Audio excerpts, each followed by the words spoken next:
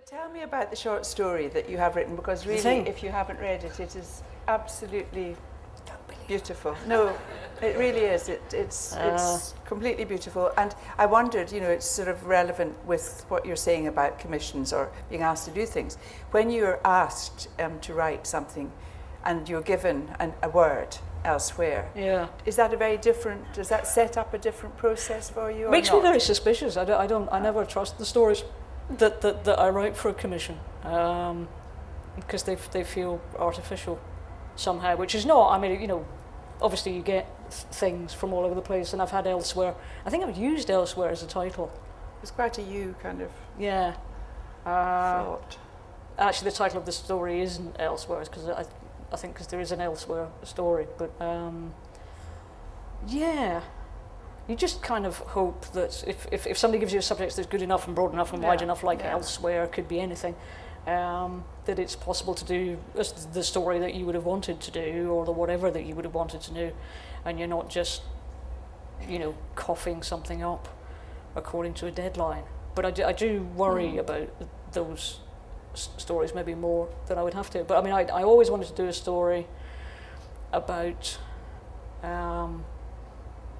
I saw a documentary, and this guy went back to, a Jewish guy who'd survived the Holocaust, went back to the house where his family had lived, and the guy living there obviously said, no, we've lived here for hundreds of years. And the guy said, I think you'll find that your family hasn't. Said, no, we've been here forever. And his furniture was still there, and he remembered it. And he turned one of the chairs upside down and said, that's my name.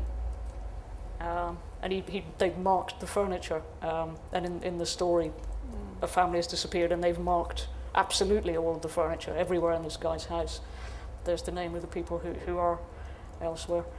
And I'd always wanted to do a story where a woman combed a man's hair. Because I find it soothing when people do that for me. So I wanted to reverse it. So, you know, so there are two bits from me, and once you've got 2 or 3 or 4 bits, generally that's enough for a story. They start to cross-refer and become a thing, and you get a critical mass, and then you have a story. And hopefully it's an organic entity. But I do, you know, I never trust things that come that way, which is, you know, possibly unfortunate. But then it's not really my place to. And it's it is going to be, if it is published, you know, obviously they're online, and please do read, especially Alison's, but it'll be in an anthology. Is that a different experience too? Because your short stories in particular are just so intense to read as a collection. Yeah, I wouldn't sit down and do a whole bunch of them. You'd be poorly. Yeah. They're a bit weird. The ones that I've got at the moment are all a bit strange, amazingly. Even I'm finding them strange. I don't quite know what the next anthology would be like, because it just would be more than averagely bonkers, which might be the title. If I survive doing the 13th book and the novel and the hideous reviews and the suicide attempts and leaving the country that will be inherent this time next year. It's funny, it's such an unimportant.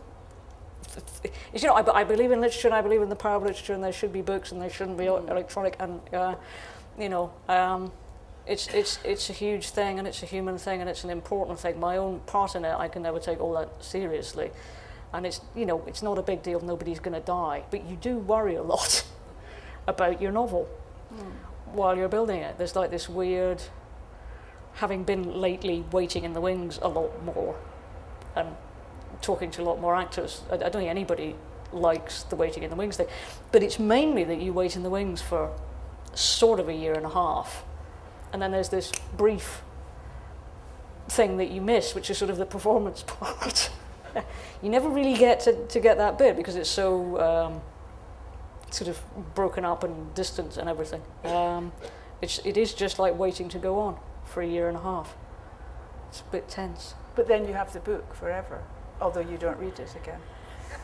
And I'm embarrassed and ashamed before it's come out.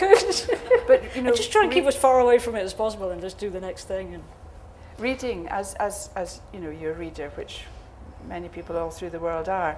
The consolation is the exquisite beauty of your writing, because you do write about, you know, the difficulty of being alive, of living, of being alive to the things we ought to be alive to, the good things, and you're wonderful at that, and it's an enormous subject, and the consolation is, you know, as I say, the absolute beauty of your writing, and for you is the consolation, the making of that. Is that your consolation? Yeah, because then you're busy, you know. But you're actually... Then it's nice. I'm not thinking I'm being consoled by the exquisite beauty of my No, but the actual process, for example, in this short story, which is, you know, it just stays in the mind with so many, you know, kind of... You're busy. It's nice. You're busy. But do you actually pare down? I mean, actually, kind of technical stuff. Do you actually redraft or rewrite? Oh, God, yes. Massively. Yeah.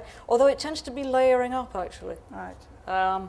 It may appear to be pared down, but when it initially came out, it was nothing. Nobody but me would understand it, and I just layer up.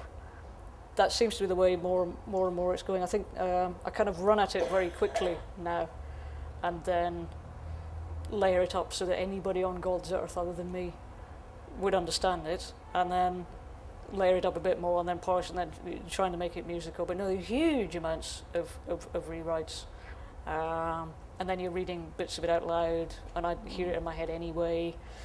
No, it's constantly. It's supposed to be as if you just went, and it just happened. Yes. But you know, but anybody normally who is and it just happens, if you actually talk to them about it in any field, it's because they've gone berserk for 99% of the process, and the 1% that appears to be effortless is because it's meant to be effortless, because you're not meant to be thinking, ooh, trying very hard.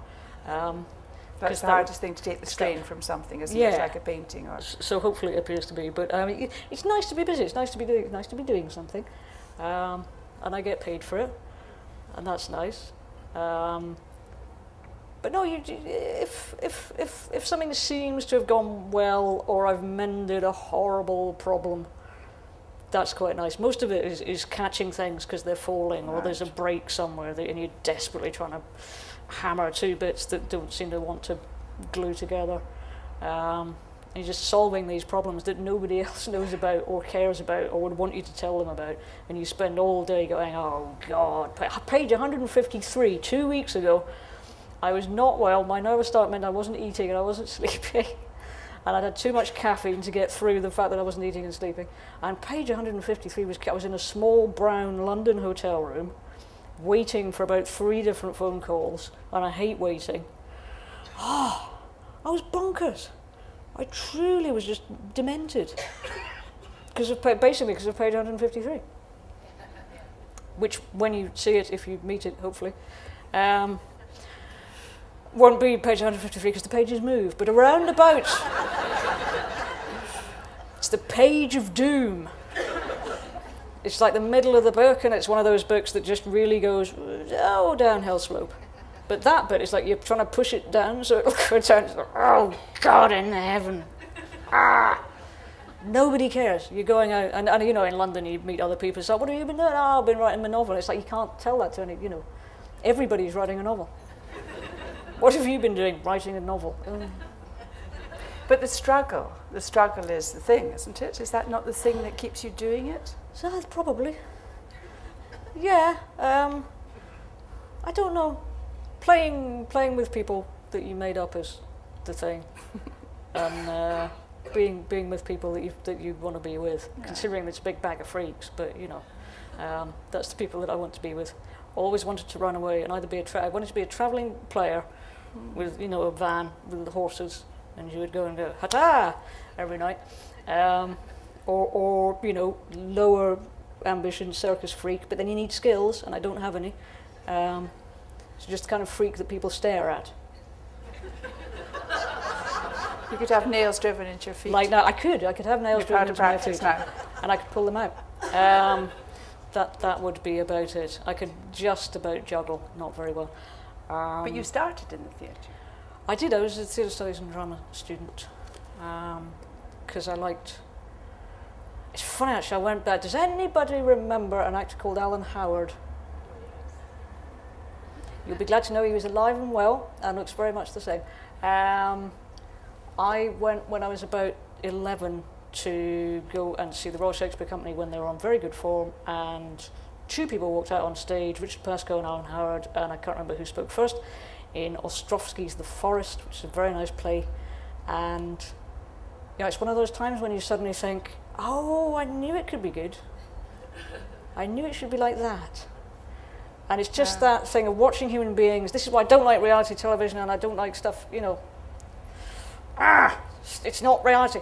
When you go and see people being good and being effortlessly great at something and not being humiliated on X Factor or whatever because they're not quite good enough because you haven't let them prepare and they don't have the skills yet, when you see people who are great at stuff in a way that you can't be, it isn't excluding, it's wonderful. It just makes, the intermediary people who have lots of hair gel and work as television executives insecure, but everybody else, you're just sitting there at 10 or 11 thinking, they are human beings, I'm a human being, they can do that, and they're bloody wonderful, and at the end I'm going to stand on my hooves and clap like a seal, mixed metaphor but never mind, like a hooved seal.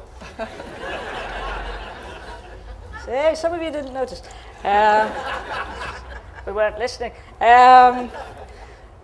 Because they're wonderful, and it's good that they're wonderful, and it's good that I can look up to them, but it also means, bloody hoo, I'm a member of a good species that occasionally doesn't screw everything up and can aspire. And that's what I want out of entertainment, actually.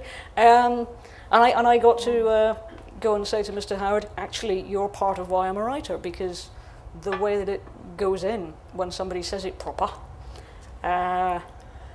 when it tickles, is how it feels to write. I mean, that's the basic thing, which is nice. It's just that you're so close to it because it's in you and you're making it happen, that it's like constantly having the best of the best of the best speaking in your ear and just having this fantastic movie happening. It's as intense can be. If I go to the theatre, I am on the front row, I want your saliva in a thin film on my face. I want to be there, and I want stuff to happen that changes my life. Only a little bit, but just a little bit. And even if you change or entertain nobody other than yourself, if you're in and writing the direction that I went in, partly because I'm not a good performer, but partly because that was the most attractive thing, was this is the most intense of the intense of the intense and the loveliest time. It's very close to reading, but it's more, and I'm a greedy person. And he was very sweet and got it, actually. Good. He did not look at me as you are, as if I was insane. And 74 years old, just the same. Beautiful voice. Got a voice like cake and... Like cake?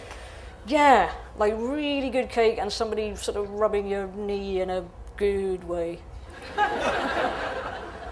And just these incredible eyes, like sort of holes through his head. Like they're very dark and very dark brown, and they just sounds disturbing, but they're just like carriage lamps.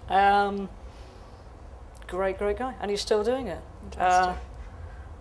And if you talk to somebody that good, they've always boiled it down to something very, very simple, which is applicable to other art forms. Who's talking about young actors doing Shakespeare, and that they want to understand what it means, obviously. And obviously, he's not an unfastidious man. It's the other thing. If you talk to proper actors about words, because that's all they're hanging on to, and they've got to go and wear them while people look at them.